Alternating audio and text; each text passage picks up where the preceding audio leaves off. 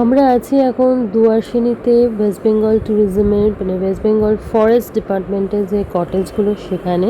দেখো পুরোটা কিন্তু জঙ্গল এরিয়া।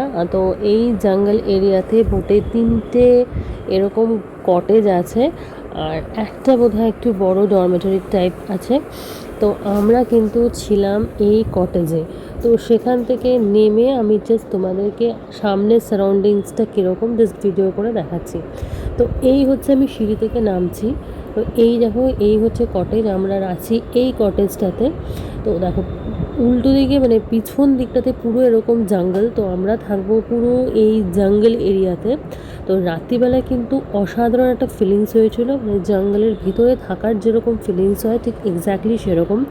এখানে কিন্তু কোনো রকম কোনো নেটওয়ার্ক পাওয়া যাচ্ছিল না জিওর, মানে এখানকার লোকেদের জিও কাজ করছিলো, আমারও কিন্তু জিও ছিল, বাট আমি কিন্তু কোনো নেটওয়ার্ক এখানে একদমই পাইনি। পুরো টোটাল ফোন কিন্তু আউট অফ নেটওয়ার্ক কভারেজ ছিল, কিন্তু জায়গাটা ছিল কিন্তু অসাধারণ সুন্দর। আমরা বিকেলবেলা কি করেছি, সন্ধ্যার সময় বাইরে এখানে বসেছিলাম, আর পুরো রাস্তা অন্ধকার ছিল। এখানে অবশ্য দু একটা লাইট জ্বলছিল, আর আমরাই ছিলাম 3জনে কিন্তু এখানের বোর্ডার্স, বাকি কিন্তু এখানে কিন্তু কেউই ছিল না। সেই দুটো আমরা এক রাত থেকেছিলাম, সেই একটা রাতে কিন্তু কেউ ছিল না।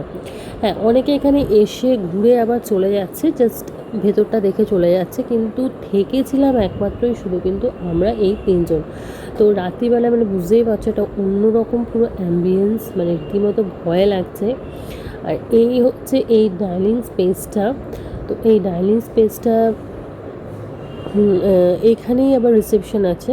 তো আমরা যেহেতু বলেছিলাম দেশি চিকেন খাবো, তো আমাদের জন্য একটা দেশি চিকেনের অ্যারেঞ্জমেন্টও করেছিল। তো আমরা যেখানেই গেছি না কেন দেশি চিকেনটা অর্ডার করে আমরা পাইনি।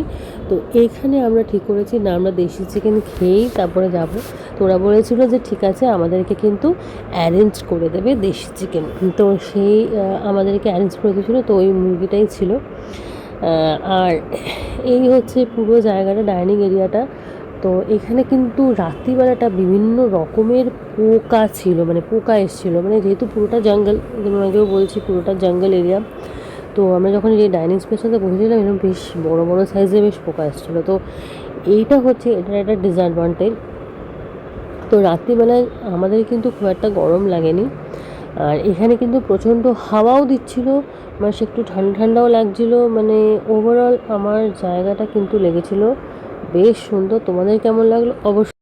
তো আজকের ভিডিওটা তোমাদের কীরকম লাগলো আমাকে জানাবে। তোমরাও কিন্তু এখানে এসে একটা জঙ্গল ফিলিংস নিয়ে এক রাত কিন্তু এসে থাকতেই পারো। সত্যি বলছি ভীষণ ভালো লাগবে, তোমরাও ভীষণ ভালো এনজয় করবে।